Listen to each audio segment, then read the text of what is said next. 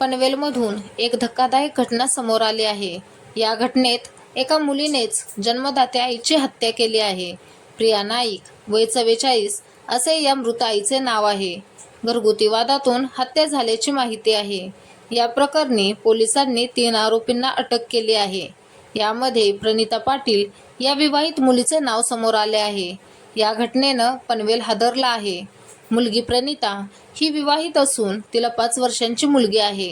पण पतीसोबत न पटल्याने ती 2 वर्षांपासून पनवेल येथे माहेरी राहण्यास आली आहे. या कालावधीत तिचे एका तरुणासोबत प्रेमसंबंध निर्माण झाले होते. मात्र काही कारणास्तव ते प्रेमसंबंध तुटले होते. या दरम्यान आई प्रिया यांनी प्रणितावर बाहेर ये-जा करण्यास, फोनवर बोलण्यास बंदी घातली होती.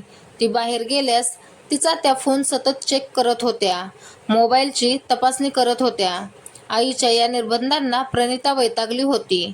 त्यामुळे निर्बंधांतून सुटका करून घेण्यासाठी तिने आईच्या हत्येचा कट रचला होता. यासाठी तिने तिच्या मानलेल्या भाऊ असलेल्या विवेक पाटीलला हत्येची सुपारी दिली. या बदल्यात त्याला 10 लाख रुपये देण्याची तयारी दर्शवली. पैशाची गरज असल्याने विवेकने ही ऑफर स्वीकारली.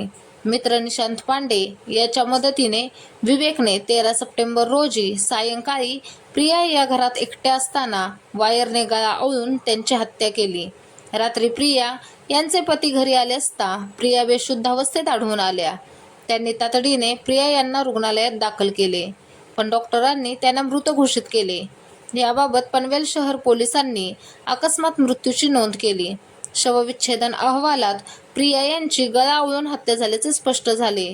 पोलीस तपासात विवेक आणि निशांत यांनी प्रिया यांची हत्या केल्याचे उघड झाले.